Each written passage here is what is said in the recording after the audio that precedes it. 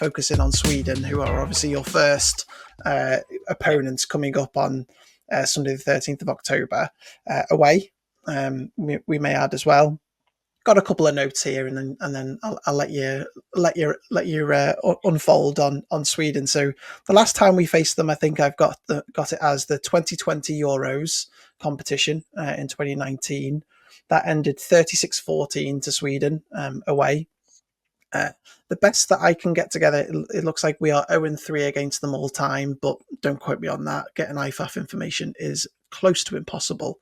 And looking at their campaign last year, they finished fourth, losing to Italy in the bronze medal game last year, is how I have it. So an interesting one to start off with for this cycle, right? Yeah, absolutely. I mean, I think Swedes are not finished outside the top four in the past 15, 16 years, and they've won European Championships, been in European finals. Italy, when we played them, 2022, they had just beaten Sweden for the European Championship. So Sweden were there or thereabouts, certainly. And we anticipate a really tough game. They've got a very good domestic league, and they've got players all over the ELF and the GFL. So we know that their product will be really, really good. I think, if memory serves, I think I've been part of a GB staff that did beat Sweden back in maybe 2008 in the Tri-Nations tournament at Loughborough, where we played Australia and Sweden. I think we lost to Australia but beat Sweden in a Tri-Nations thing. I kind of, in the depths of my mind somewhere. But, it's been tough sledding against them. A lot of the Scandinavian nations are really, really good at football. The Finnish and the Swedes are constantly in the top group, and we want to kind of break into that top group. So we have got the apocryphal group of death, by playing a team who's fourth, and the team who's just coming back into it. But it would have been easy for us to kind of look at the results last summer and go, well, if we lost the game, at least we don't get to play Germans or Sweden.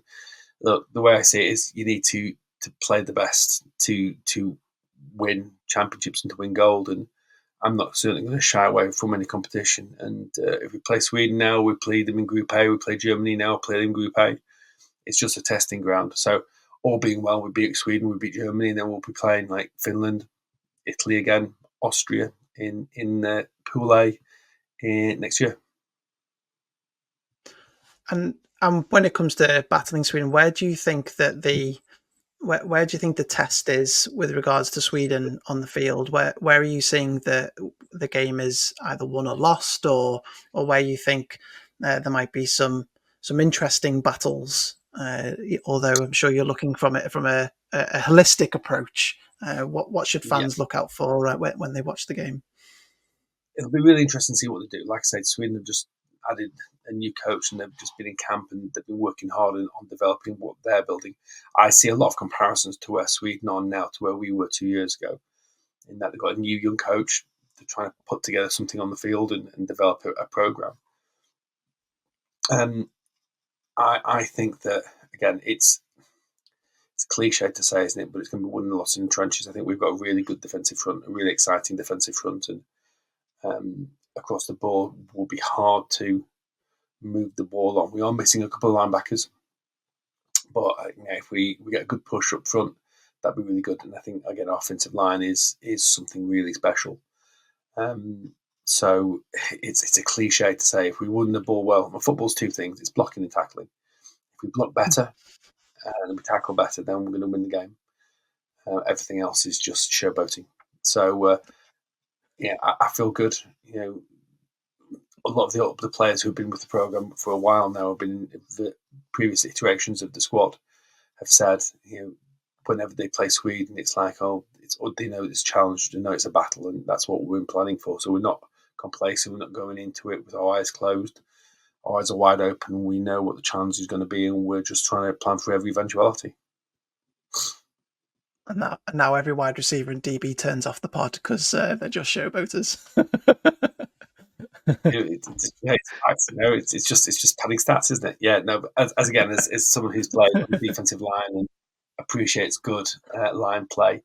We've got some great athletes. The fact we've got Lewis Thomas and Lawrence Cornwell Baptiste and Mhm. um, Andy Watts on the offensive line, and we've got the likes of Rodon Zakiri and Arthur Mabahin and Cade Makin and Joe Owanusi on the defensive line. It's exciting for me, and it may not be pretty at times, but you know what?